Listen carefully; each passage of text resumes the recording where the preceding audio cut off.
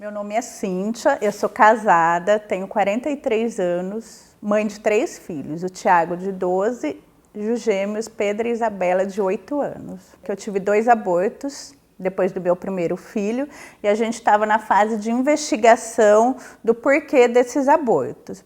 Então eu estava fazendo vários exames e a gente descobriu uma trombofilia, que foi a causa dos 2 abortos anteriores e também de uma gestação, não de risco, mas com um acompanhamento mais de perto da minha primeira gravidez. Aí nós descobrimos uma trombofilia, então eu tinha que tomar injeção de Clexane, né, que é um anticoagulante, durante toda a minha gravidez. Eram injeções na barriga, que a gente falava que era a picadinha do amor. Durante toda a gestação e 45 dias após o parto, era a indicação de estar tomando essas injeções para estar evitando uma trombose. Minha médica, ela sempre falou assim, vamos segurar até 38 semanas, com repouso, com ultrassons mais de rotina, para acompanhar mais de perto o desenvolvimento dos bebês, e eles estavam crescendo, conforme a idade gestacional, né, que estavam com o pezinho certo, tamanho certo, mas eu sabia, sim, dessa possibilidade, porém não queria acreditar nela. Eles nasceram com 31 semanas, eu fui para um ultrassom de rotina, foi o único ultrassom que eu fui sozinha, porque eu sempre fui acompanhada pelo meu marido, porém nesse dia ele não poderia me acompanhar. Aí no meu primeiro dia de férias, que eu não tinha comprado nada ainda para os bebês, não tinha quarto, não tinha roupa, não tinha nada. E no meu primeiro dia de férias, eu marquei esse ultrassom e chegando lá, ainda foi meio complicado, porque a Unimed só tinha autorizado um ultrassom, então teve uma pendência burocrática aí que demorou. E fazendo o ultrassom, a médica virou para mim e falou assim, você está sozinha ou você está acompanhada? Eu falei, eu estou só. Ela falou assim, o bebê vai ter que nascer, os bebês vão ter que nascer agora. Eu, como assim? Agora? O que está acontecendo? O gemelar B, que no caso era o Pedro, né? Ele está em sofrimento fetal. O batimento dele cardíaco está muito baixo, então ele vai ter que nascer hoje. Eu falei assim, mas como assim? Demorou muito para cair a minha ficha de como que ia nascer hoje. Ainda eu falei assim para ela, mas eu tomei a injeção, porque a indicação era que no dia do parto, no dia e no dia anterior, eu não podia tomar a medicação por conta da anestesia. Aí eu falei para ela, eu tomei a injeção dela, calma, a gente vai dar um jeito. Eu estou ligando na maternidade, eu já chamei um táxi para você. Eu falei assim, mas eu não posso ir dirigindo? Ela, não, você não pode fazer nada, você vai sair daqui ou no táxi ou na ambulância. Eu falei, então tá. Aí eu cheguei no hospital e já tinha uma equipe me esperando. Não apresentei documento, nada. Aquela cena de filme, de novela, que você nunca imagina passar. E eu, a todo momento, eu repeti, eu tomei injeção. O médico, calma, a gente já sabe e tem bolsa de sangue, né? Porque corria o risco de uma hemorragia. Para você, a gente já está esperando tudo certinho, vai dar tudo certo. A Isabela nasceu com 1,375 kg e o Pedro com 1,345 kg. Assim, eu estava extremamente nervosa. Se eu te falar que eu lembro de tudo, não lembro. Eles tentavam me acalmar, sim, mas eu estava muito preocupada com os bebês. A Isabela, ela nasceu, ela não chorou. Eu não a vi.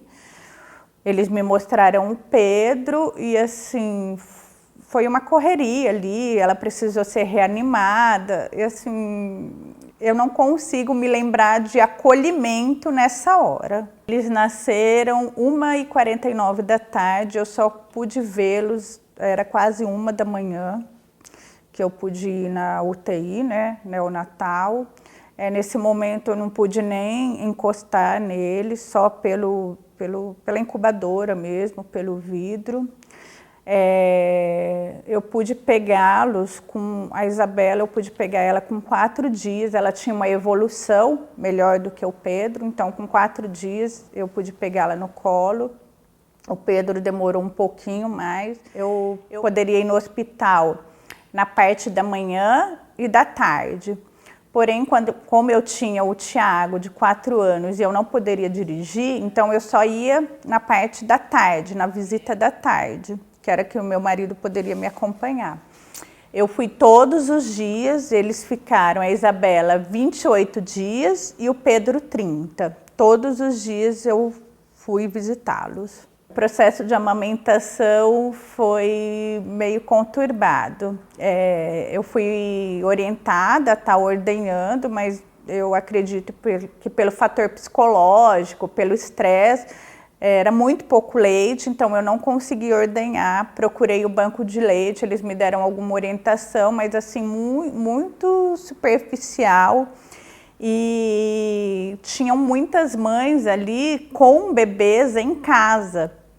Poucas mães com bebês internados, então eu acho que ali faltou um acolhimento melhor dessas mães que estão com os bebês em casa, com as mães que estão com o bebê na UTI correndo risco de vida. Como eles eram muito pequenos, eu até tentei, mas no dia que eu tentei, foi o dia que eles, amamentar, né, no seio, foi o dia que eles mais perderam peso, porque tinha que fazer um esforço maior na amamentação, né? Então eles acabaram perdendo peso. Então a recomendação foi não amamentar direto no peito, né? Só com sonda.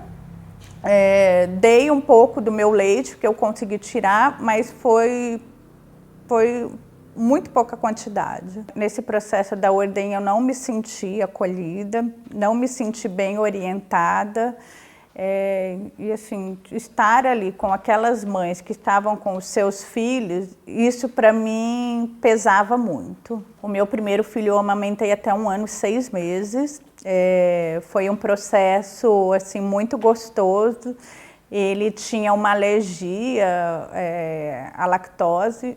Eu fiz uma restrição alimentar e assim, ele era oferecido a mamadeira e o peito. Ele preferia, sem sombra de dúvidas, o peito. Para mim foi muito difícil, porque assim, eu acho que na amamentação se cria um vínculo muito forte entre mãe e filho. Como o Thiago, ele mamou muito bem, assim, foi um processo muito bom, muito gostoso para mim e para ele. Eu tinha essa expectativa mesmo sendo gêmeos. Não encontrei assim, nenhum grupo físico. Porém, eu procurava muito na internet, muitos relatos de mães que tiveram seus bebês prematuros, porque além de sobreviver à UTI, eu tinha muito medo das sequelas. Então, eu me peguei muito em procurar relatos de mãe que tiveram bebês prematuros e as crianças hoje estivessem saudáveis, sem sequelas.